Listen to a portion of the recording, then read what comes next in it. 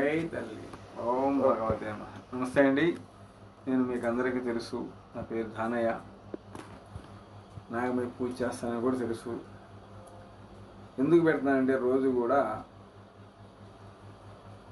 ఈ భూప్రపంచం మీద చాలా చాలా పుణ్యాలు తగ్గిపోయి పాపాలు పెరిగిపోతున్నాయి. అంటే దానికి అర్థం ఏంటో తెలుసా? మీరు కూడా ఇంటిలో చక్కగా మీ వంతు మీరు పూజ చేసుకోండి అని చెప్తున్నాను.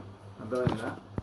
పూజ చేసుకోవచ్చు, ప్రార్థన చేసుకునే వాళ్ళు ప్రార్థన చేసుకోవచ్చు. మేము ముస్లిమ్స్ అంటారు కురాన్. ప్రతి ఒక్కరు కూడా భక్తిని ముందు పెట్టి మీరు వెనక నడవండి. అంతేగాని మీ ఇష్టం వచ్చినట్టుగా చేసుకున్నారనుకోండి, భూమికి భారం.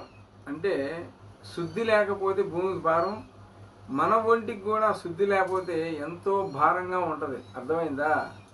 భూమికి భారం. అలాగే ప్రతి ఒక్కరు కూడా మీకు తెలియని ఏమన్నా ఉన్నాయి అనుకోండి, నాకు ఫోన్ చేయండి, నేను సమస్య ఉండి చెప్తాను. కాదండి మాకు ఇంట్లో ఏదో సమస్యలు ఉన్నాయంటారు, చేయండి మాట్లాడతాను. కాదండి మాకు ఎవరైనా చేశారంటారు. ఎన్నో జరుగుతూ ఉంటాయి.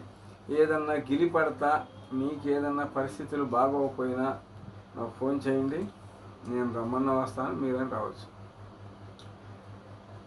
ప్రతి ఒక్కరూ కూడా మీరు బాగుపడదాం అనుకోండి, మీ బంధువులే మీకు ద్రోహం చేయొచ్చు. పక్కా ఛాలెంజ్ ఇది. ఎందుకు తెలుసా? అలాంటి వాళ్ళు నా దగ్గరికి చాలామంది వచ్చారు.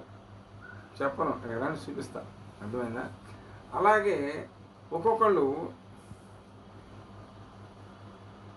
చాలా భక్తి చేస్తున్నామండి, ఎంత చేసినా ఎక్కి రావట్లేదు అంటారు. అంటే శుద్ధి శుభ్రాలు లేకుండా చేస్తే ఏముండదు. ఒక ఇంటికి వెళ్ళానండి, వెళితే ఎన్నాళ్ళు అవుతుందో ఆ పౌదులు ఇలా అన్నానండి, గోరుతో ఇలా అంటే ఇంత వచ్చింది. అంటే అది ఎన్ని సంవత్సరాలు అవుతుందో తెలీదు. ఆ ఇల్లంతా కూడా బూజు పెట్టేసి ఉంది. ఇక దాన్ని బట్టి మీకు అర్థమైపోద్ది ఆ ఇల్లు ఎంత శుద్ధిగా ఉందనేది. అలాగే ప్రతి ఒక్కరు కూడా మనం ఎంత మంచిగా ఉన్నామో, ఎదురుగా అంత శుభ్రంగా ఉన్నామో కోరుకున్న వాళ్ళే భగవంతుడికి మెచ్చుతాడు. అంతేగాని మనం బాగుపడేసాలి అనుకోవట్లేదు. అలాగే ప్రతి ఒక్కరు నా వీడియో షేర్ చేయండి, లైక్ చేయండి. జై నాగు.